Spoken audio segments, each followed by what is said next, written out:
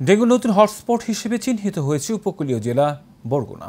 আক্রান্তের সংখ্যা দেশের মোট আক্রান্তের প্রায় 25%। এরই মধ্যে মৃত্যু হয়েছে 5 জনের। এডিস মশার প্রকোপ বাড়ার কারণে জলবায়ু পরিবর্তন সহ বজ্র ব্যবস্থাপনায় অবহেলা আর অনিয়মকেই দুষছেন স্থানীয়রা। এদিকে হাসপাতালের চিকিৎসক সংকটে বেড়েছে ভোগান্তি। জহিরুল ইসলামের পাঠানো তথ্য ছবিতে বিস্তারিত জানাচ্ছেন রাশেদ আকুন। প্রায় 12 লাখ মানুষের জেলা বরগুনায় বাড়ছে ডেঙ্গুর প্রকোপ। জেলার মধ্যে হটস্পট হিসেবে চিহ্নিত করা হয়েছে পৌর শহর ও গৌরীচন্না ইউনিয়নকে। শহরের কাঠপট্টি এলাকার প্রতি ঘরে ডেঙ্গুতে আক্রান্ত 2 থেকে 3 জন। এরই মধ্যে মারাও গেছেন কয়েকজন।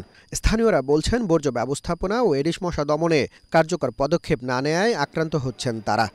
ভালো জায়গায় যে আমরা চিকিৎসা দেবো, ভালো থাকবো, কিন্তু এই জায়গায় আইসে দেখি যে আমরা যে জায়গায় ছিলাম তার চেয়ে এই জায়গার পরিবেশ খারাপ। এখন পর্যন্ত তো আয় না, আগে কাগজগুলো দেখতে হেঁটে যাইবেন, ভালো উপায় না মন্দ।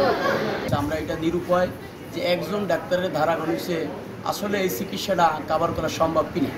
এদিকে ডেঙ্গুর প্রকোপ বাড়ায় সেবা দিতে হিমশিম খেতে হচ্ছে হাসপাতাল কর্তৃপক্ষকে। শয্যা সংকটে অনেকে চিকিৎসা নিচ্ছেন মেঝেতে কিংবা বারান্দায়। পাশাপাশি দেখা দিয়েছে রক্ত পরীক্ষার কিট ও স্যালাইন সংকটও। টেস্ট করলে সব বাহির দিয়ে, কালকে আমরা করছি সবসময় বাহির দিয়ে, কালকে বলছি আর বাইরে যেতে হবে না, এই জায়গায় করা যাবে 200 টাকা। তাই বলছে বাইরে 300 টাকা না, এই জায়গায় 200 টাকা, তাকে ভালোই। এই জায়গায় আমরা করছি, পরে রিপোর্ট আসছে ভুল। সারা বাংলাদেশের মধ্যে বরগুনা এই রোগীর সংখ্যা বেশি, এই জন্য অতি দ্রুত ঔষধ সাপ্লাই এবং কিছু ডাক্তার বাহির দেওয়া হলেও যদি এখানে আপাতত ডেঙ্গুর প্রাদুর্ভাবের কারণে দেওয়া হতো, তাহলে বরগুনাবাসী এই ভয়াবহতা থেকে রক্ষা পেত। নানা সংকটের মধ্যে প্রয়োজনীয় সেবা দেওয়ার কথা বলছে হাসপাতাল কর্তৃপক্ষ।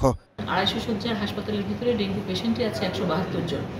এখন এই পরিস্থিতিতে কোথাও কোনো রিপোর্টজনিত কিছু আসলে ঝামেলা হয়েছে কিনা আমার কাছে খবর আসেনি, আমি ব্যাপারটা দেখব। বরগুনায় জানুয়ারি থেকে এখন পর্যন্ত 1631 জন ডেঙ্গুতে আক্রান্ত হয়ে চিকিৎসা নিয়েছেন। Rashed Akun, Asian television.